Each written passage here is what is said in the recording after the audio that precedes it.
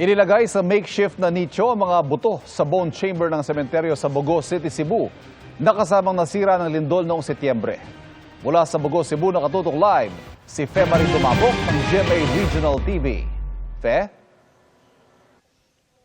Ivan, matapos ang magnitude 6.9 na lindol dito sa Northern Cebu noong September 30, bakas ang matinding pinsala na dinulot nito dito sa malaking sementeryo ng Bogo City na epicenter ng lindol.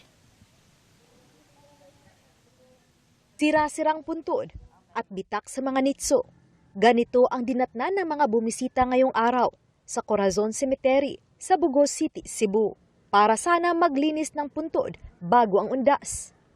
Hindi nakaligtas ang sementeryo sa magnitude 6.9 na lindol nitong Setyembre. Wala naman ang buong araw nitong linggo pero hindi ito alintana ng ilan sa mga pamilya dito sa Bogo City. Ilan sa mga libingan ang gumuho dahil mag-iisang linggo na lang at gugunitain na ang araw ng mga patay, inuna muna nila ang pagsasaayos nitong mga libingan. Ang ayuda na para sana sa nasirang bahay ng pamilyang Balante, ginamit muna sa pagsasaayos ng nasirang puntod ng yumaong padre di pamilya. Dapat ang kalagkalag nga. Di dahil na ito, doon naman po gihinabang mo, nala magigasto. Gigasto naman. Ang hinabang utang aparato sa inyo ang balay, dire na lang. Ayon sa caretaker ng sementeryo, sinabihan na nila ang kaanak ng mga yumaong nasira ang puntod, bunsod ng lindol. Pero karamihan daw sa kanila ay hindi pa dumadalaw. Nasira rin ang bone chamber sa lindol. Kaya ang mga buto inilipat muna sa tinatawag na payag-payag. Wala ginibayad ang sa payag-payag.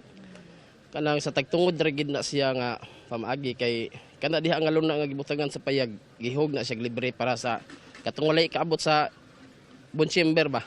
Sa Corazon Cemetery rin nakalibing ang karamihan sa mga nasawi dahil sa lindol. Kabilang ang 11 magkakamag-anak at magkapitbahay na nadaganan ng mga gumuhong bato at lupa sa barangay Binabag, Bogo City. Sa Roman Catholic Cemetery sa Calasiao, Pangasinan, nagsisimula na ring dumagsa ang mga nagpapalinis ng mga nitso. Sa Lawag City, Ilocos Norte, may mga naglilinis na rin sa sementeryo.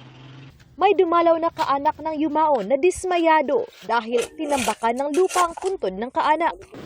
May mga mausoleo ring nabalot ng damo at tinapunan ng mga basura. Sa Rizal, inaasa nga abot sa 400,000 ang bibisita sa mahigit 80 sementeryo sa buong probinsya. Sa Coronadal City, South Cotabato, kaunti pa lang ang mga bumibisita at naglilinis ng puntod dahil maulan. Pahirapan din ang paghahanap sa mga puntod na natabunan ng mga putik, bato, buhangin at basura.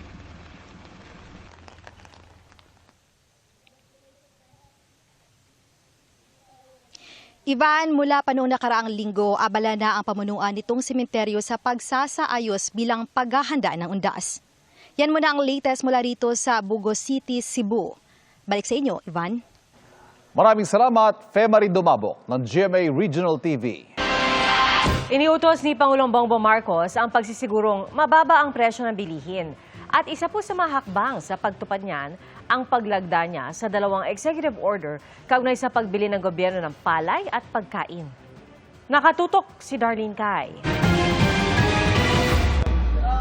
Napapakamot na lang ng ulo ang rice retailer na si Javier dahil sa pabago-bago at pagtaas ng presyo ng bigas na ibinabagsak sa kanila ng supplier. Mula noong nakaraang linggo, tumaas ang mahigit 7 piso kada kilo ang kuha nila sa Coco Pandan Rice mula Vietnam at 3 piso kada kilo sa lokal na bigas. Kaya ang nasa din ang loob naming manininday.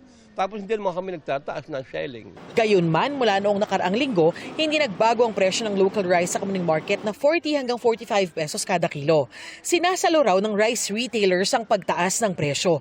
Pero wala raw silang magawa kung hindi itaas ang presyo ng ilang klase ng imported rice dahil sa sobrang taas ng puhunan. Base sa price monitoring ng Agriculture Department sa ibang pamilihan, nasa 35 hanggang 58 pesos kada kilo ang imported rice at 33 hanggang 60 pesos ang local rice. Bago umalis para sa ASEAN Summit, nagbilin si Pangulong Bongbong Marcos na siguruhing mababa ang presyo ng bilihin kasama ang bigas. We hear our people's call for government interventions to lower the price of goods, especially food. We are strictly enforcing and monitoring the implementation of the maximum suggested retail price for imported rice. We continue to make available affordable rice, including the 20 peso rice program. Ang tinukoy ng Pangulo ay ang umiiral na 43 pesos na MSRP o maximum suggested retail price para sa 5% broken na imported rice. Pagpapaliwanagin daw ng DA ang makikita nilang hindi sumusunod dito. Ayon sa DA, kahit papasok na ang holiday season, sapat ang supply ng bigas dahil panahon na rin ng anihan, kaya stable dapat ang presyo ng bigas. Mura naman yung import na pumasok yung presyo, yung bili sa local na merkado ng ating yung ating farm gate ng palay mababa rin. Yung intervention hindi masyadong nag-work. Sobrang mababa yung farm gate price. Nalugi talaga yung mga farmers. So hinihingi natin sa ating government na ibalik yung 25% tariff na sa imported para at least mag-normalize yung presyo sana ng farm gate price. Yan ang susubukang tugunan ng mga nilagdaang executive order ng Pangulo, ang EO 100 na nagtatakda ng floor price para sa pagbili ng gobyerno ng palay. At EO 101 kaugnay ng direktang pagbili ng pamahalaan ng pagkain mula sa mga magsasaka at mangingisda. Patuloy ring minomonitor ng DA ang supply at presyo ng ibang pangunahing bilihin ngayong papasok na ang holiday season. Para sa GMA Integrated News, Darlene Kai, Nakatutok, 24 Oras. Pinoy Comics remains alive.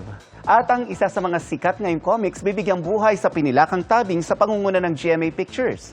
May chika si Athena Imperial.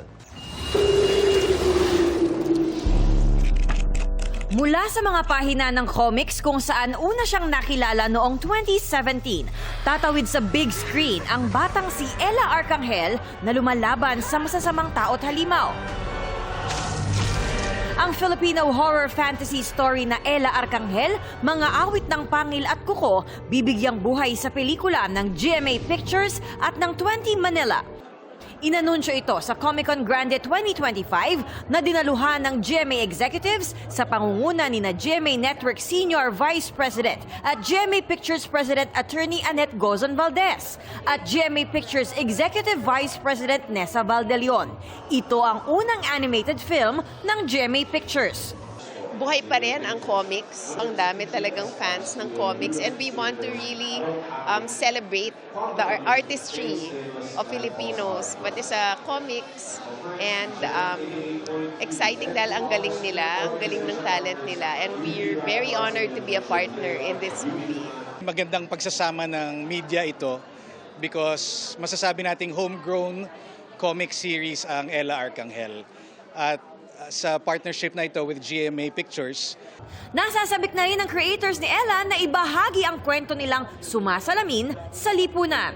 Plight ng mga mahihirap, plight ng mga walang bahay, ng mga pinapaalis sa mga bahay nila, yung mga dinidemolish yung bahay.